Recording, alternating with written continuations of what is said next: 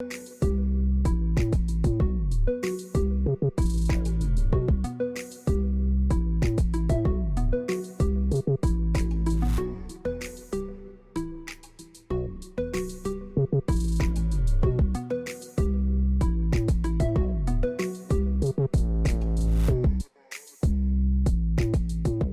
Guyana police force has eliminated 3 dangerous bandits who were driving fear and terror in Berbice. It's Monday, May 20, and we'll tell you how cops took out the bandits in their Blackbush Polder Bagdam hideout and much more. Paul McAdam traveled to the quarantine earlier today and spoke with residents of Guyana and Mibukuri, who are relieved that the cops put an end to the rain after a Bagdam shootout. I'm on the bridge linking Berbice to Johanna. Behind me, along this dam, is the spot several miles in where the police brought to the bodies of the 3 suspected bandits they killed during a firefight on May 19th. The 3 men were identified as Suchand Sulal, called One-Eye Papi, Kelvin Shivgobin, called Kelly, and Ramnarayan Jagmohan, all Berbice residents. According to a senior officer attached to the WIM police station, it took ranks more than 2 hours to access the hideout used by the suspected bandits. Investigators have so far linked the dead men to several of the robberies committed along the quarantine and in New Amsterdam, Berbice. Several residents of Berbice North and Joanna gave their reaction to the latest police action. I feel like the police do a very good job because all the robbery take place, so you're ramping in Blackbush right now. At this time, you're ramping in Blackbush. And they feel that they do a good job that you save them, especially in Berbice. So. Yeah. So we got recommend the police them that they do a good job and the residents feel more happy and could live a little more peaceful. We feel happy so they kill them and thank the police force very much for that.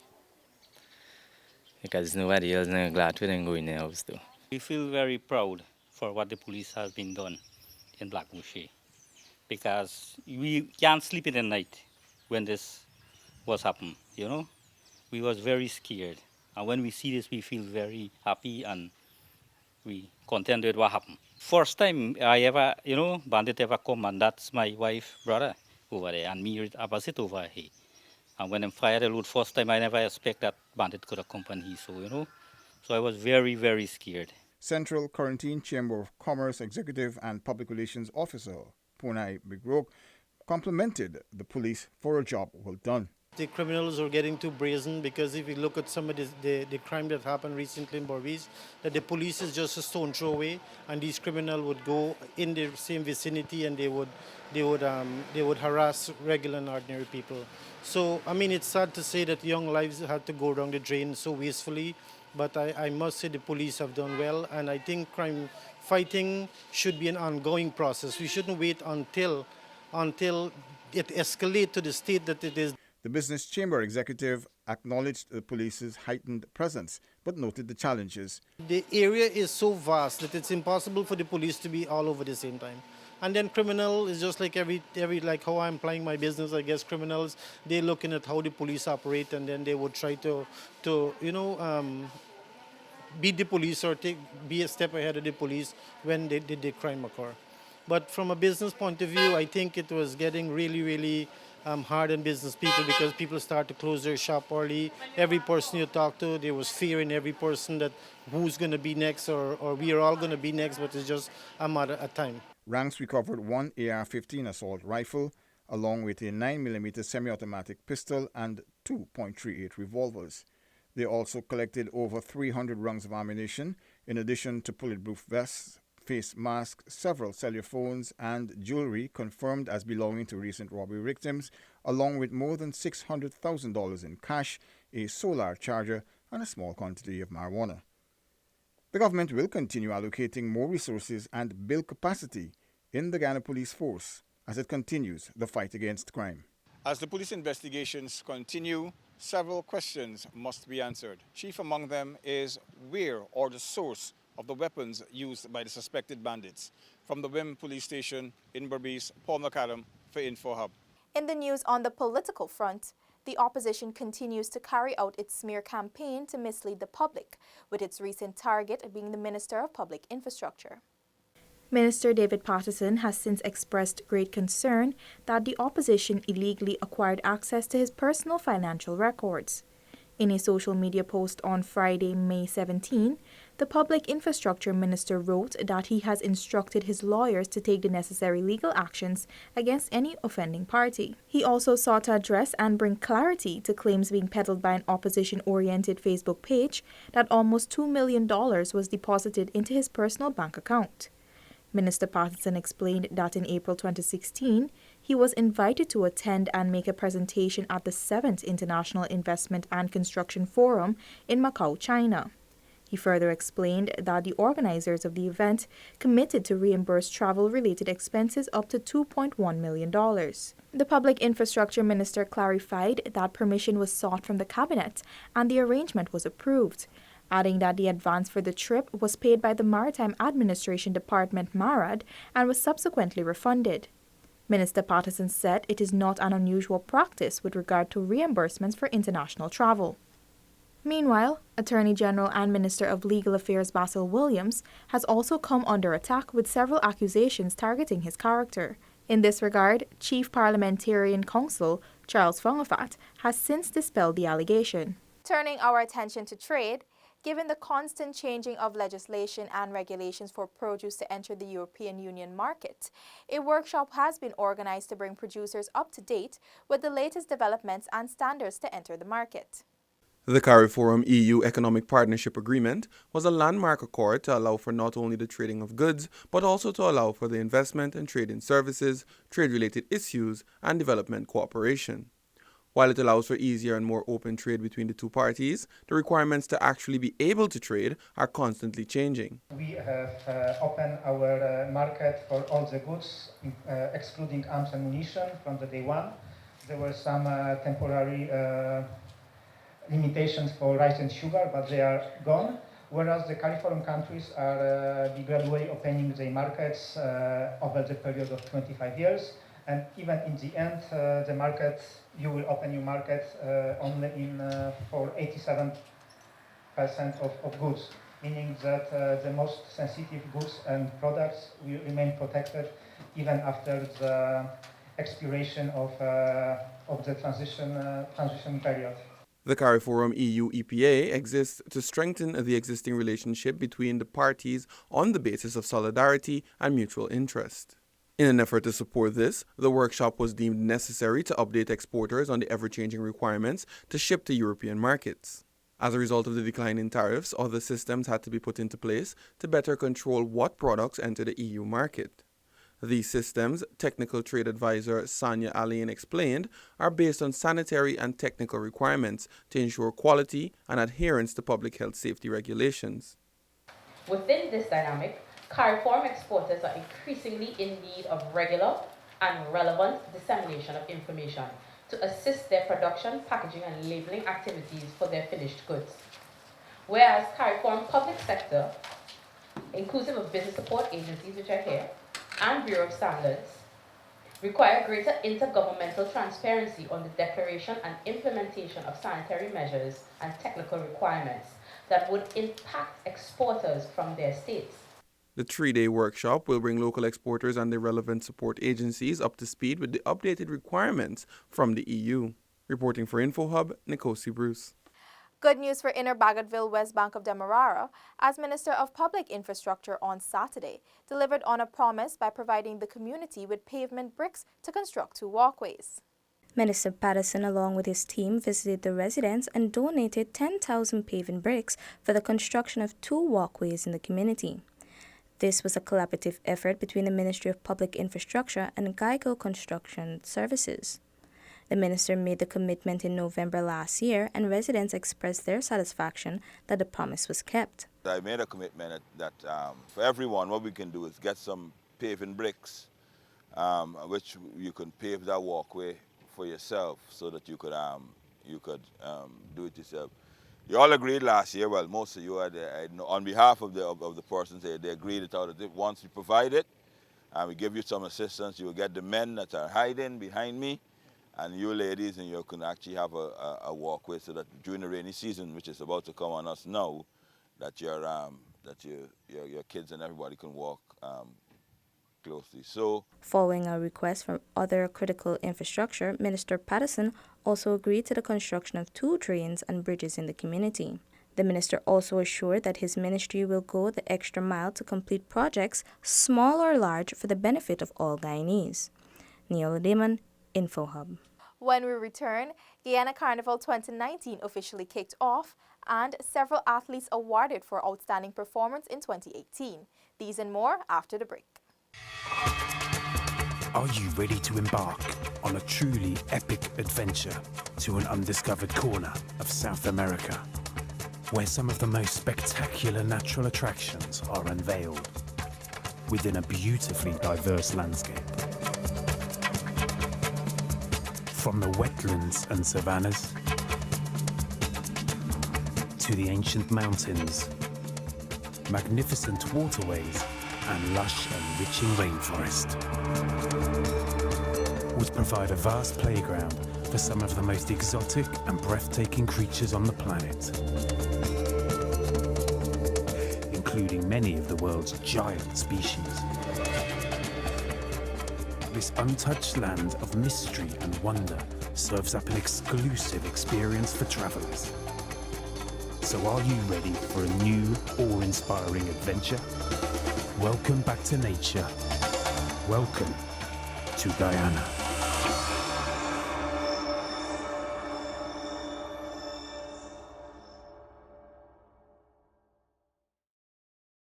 Welcome back. In the health sector, Rebecca Ganesh reports that Guyana on Sunday joined the world in celebrating World Family Doctor Day with the hosting of a mini expo organized by recently graduated doctors of family medicine. The event was held at the Giftland Mall, Turkine. Dr. Crystal Fraser Barkley, speaking to InfoHub during the expo, explained that Guyana embarked on a journey in 2015. The University of Guyana, the Georgetown Public Hospital's Institute of Health Science Education partnered with the University of Ottawa's Department of Family Medicine to establish a sustainable, community-focused, Guyanese-specific postgraduate family medicine training program that will train physicians in the art and science of primary health care. We have here at the Giftland Mall a table exhibit, or quite a bit more than a table exhibit, a little booth setup, so to speak, so that we can sensitize the Guyanese public about family medicine in Guyana, about family doctors. The family medicine as a specialty was introduced to Guyana in 2015. 4 graduates from that program are family doctors in Guyana today. So we want to have family doctors at every health center in Guyana. We operate at a community level. So we hope that we can really prevent illness, promote health, and we can really foster a healthier Guyana from that level. Dr. Sahodra Rambarose, also a graduate from the family medicine program, is presently attached to the Kitty Health Center in Georgetown. By strengthening primary health care and investing in preventative health and preventative medicine, we can actually save finances, we can save people from having bad outcomes, and overall it lifts the health of the entire country. Dr. Tariq Jagnarine, who will be graduating in November 2019, noted that family medicine is a specialty that bridges the gap with families having continued and comprehensive care from the cradle to the grave. After graduating, it's my aim that I can take this specialty to parts of Guyana that it's lacking, especially the hinterland region and other health centers, and share it with the other health centers and the other doctors as well, because many times we have physicians that are practicing medicine and it might not be what we call evidence-based or best practice for the patient. But family medicine teaches you how to apply that towards the families and the patient. For InfoHub, Rebecca Ganesh. Guyana Carnival 2019 promises to be bigger this year as activities begin coinciding with the country's independence celebration.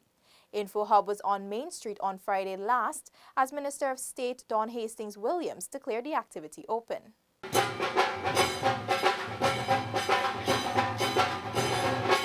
Minister of State Don Hastings Williams and Minister of Business Hemraj Rajkumar joined the Guyana Carnival Committee and patrons at the official opening ceremony of the Guyana Carnival activities on Friday last on Main Street. Minister Hastings Williams declared the event officially opened. Several activities will be held over an 11-day period which began on May 17 for Guyana Carnival, an event which coincides with Guyana's independence celebrations and includes a grand masquerade and costume parade on Independence Day, Sunday, May 26. Minister of Business Hemraj Rajkumar, in his remarks, said the event seeks to promote the rich cultural heritage of Guyana, and the government is pleased to support the Carnival Committee to bring the signature tourism event to the people.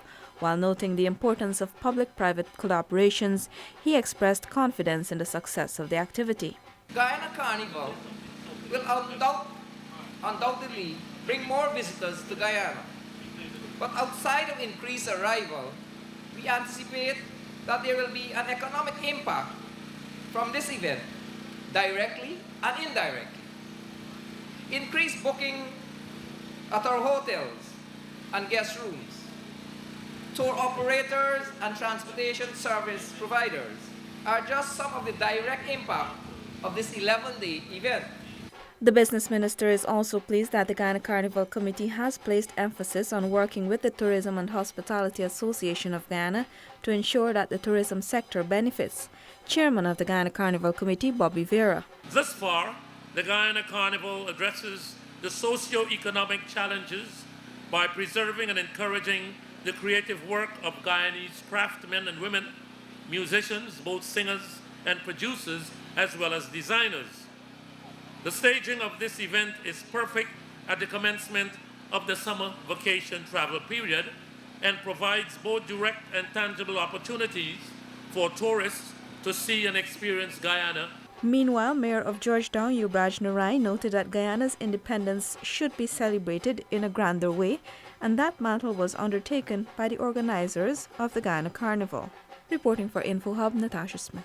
Several outstanding athletes were, over the past weekend, honored for their 2018 performances during the National Sports Commission's annual awards and dinner reception hosted at the Pegasus Hotel. Keep on trying. Don't let anyone bring you down.